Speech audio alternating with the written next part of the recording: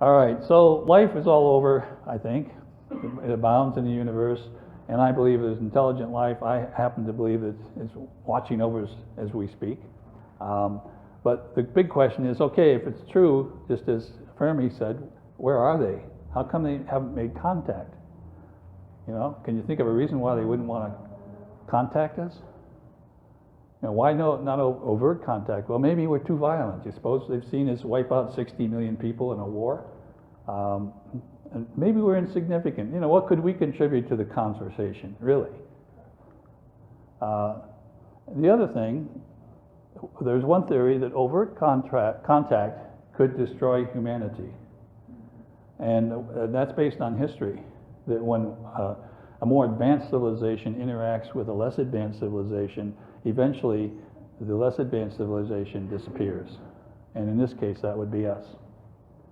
Well, anyway, even though they haven't attempted to contact us, maybe, we were out there listening to see if in fact, we even sent a message out to try and make contact. This is the Arecibo telescope. It's 1,000 feet across. And then we have this network of telescopes right here in New Mexico. And they've been searching, listening for signals. And recently, there's the Allen Array, I think it was set up in California for the same purpose, to listen for signals. Now, why the aliens would choose to use electromagnetic signals, I don't know.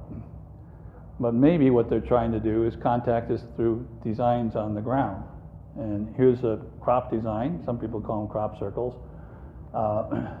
You may have seen this. This occurred in 2002, called the Crabwood Crop Circle. And buried in that figure right there, someone discovered is a message. And it's in ASCII code, which is kind of ironic. And in the message says, beware the bearers of false gifts and their broken promises, much pain, but still with time. Believe there is good out there. We oppose deception. That was supposedly the message.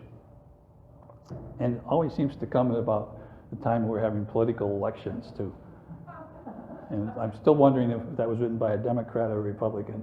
Anyway, so here's the message that we sent out from the Arecibo telescope in 1974. And it was beamed out to M13, which is 25,000 light years away. So probably in 50,000 years, we'll get a response. Anyway, I call that job security for those people. But this is what we sent out, and if you decode it, it tells you a lot of things about us. Our numbering system, these are supposedly the elements for living tissues. Genetics, here's again some more genetic stuff. This is the size of a human, how many we are. And if you want to find us, we say the third rock from the sun right there. And this is how we're communicating with this device. Well, in a field next to a radio telescope was this figure. And it looks pretty much laid out the same format, but there were some changes. Silicon was added as one of the elements, and the size and the genetics was a little different. The size was a little smaller, and if we want to find them, they're on the third rock from the sun, they're on Mars, and then they're on moons of Jupiter. So they're all over. And this is how they're communicating. That's kind of a strange looking apparatus, I thought. But it turns out this is it. It's a crop design. And so perhaps they are trying to communicate with us, but in a way where they can test our intelligence and determine whether we're ready to really have a sit down with them. So the question about crop circles, some of you might recall that Doug and Dave over in Britain confessed that they were making the crop circles, and they took a television crew out, and armed with a board and some string, they actually created crop circles. And so that convinced the world that crop circles are made by people. Doug and Dave must have been busy though, because thousands have been made. Anyway, what is a real crop circle? And a real crop circle is one that's not made by humans. And there's certain characteristics about them. Here's one here. This is, you might recognize that right there is right across from Stonehenge. This is one of the busiest highways in England. And here is a design. It's actually a mathematical design. And it was created in 45 minutes in broad daylight. And I defy an army of people to be able to do that without being seen. It's called a Julia set. It's part of fractal geometry, which is higher math. It's in wheat. That's a wheat field. 149 circles. It's 920 feet long, 500 feet wide. And as I said, based on pilots' logs, because they'd have pilots fly over here taking people out to get a picture of Stonehenge, and they would log that in. And so this pilot apparently went over, there was nothing there on his trip, and he got back and maybe came back on a second trip 45 minutes later, and there it was. So anyway, the people who are interested in crop designs were fortunate to enlist the help of this biophysicist, the late Dr. Levington Good. In 1990s when he joined the team, I guess. Anyway, they would send him plants from these crop designs, from inside the design, and then plants from outside the design. These were the control plants. And so he noticed a few things about these plants, the ones that were inside compared to the ones outside. Plants, whether it's wheat or corn, they have nodes on them. And he noticed that the nodes on the affected plants looked like they had been put in a microwave oven and heated internally very quickly, and the steam then would have created pressure and created these expulsion cavities. And it also elongated those nodes. So here's some picture. This is the normal wheat, and this is the wheat that came out of a design right here.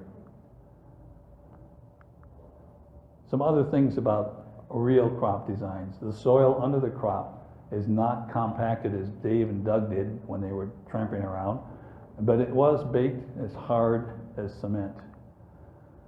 Plant stems are bent, not broken. There was a high concentration of iron nickel particles in a linear distribution inside the design. The designs tend to be intricate designs, usually reflecting higher math and executed flawlessly. And there are physiological and psychological effects. I've talked to some people who've gone in crop designs, and some people are euphoric and some people get depressed. I think one of the really important things, that's the iron nickel, animals refuse to go in. The growth patterns of the plants change. Strange things happen. And here's the important one. Don't go in there if you have a pacemaker, because you may not come back. Batteries are drained. There was an experiment as far as the time thing. Apparently they had 2 clocks, and they went in with one of them and came out, and the times were changed, or they weren't the same. So things are changed. Magnetic fields are altered. So that's how a real crop circle is. It's not made by humans. The ones that are popping up now are computer-generated fractal geometry. The ones that were on the screen beforehand are examples of crop designs that are fractal geometry. Now here's one. Just to give you a scale, you can see 70 feet, those tram lines are 70 feet apart. So that thing, to walk across it is like walking across 2 football fields. Huge. I sent a copy of this picture to my colleague back at Penn State. He was a chemical engineer, and I said, Paul, what do you think about this? He said, it looks like a molecule with silicon in it. So maybe that's the message, I don't know.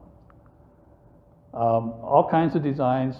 Again, every fall when the crops mature, there's all kinds of different designs that appear, and they're not just in England, they're all around the world. And there are people who go in and take the photographs and make calendars out of them and things like that. But if you go on the internet, you can go to a number of sites where they report the latest crop designs. Some of them might be hoaxed, but some are not. So how are they made?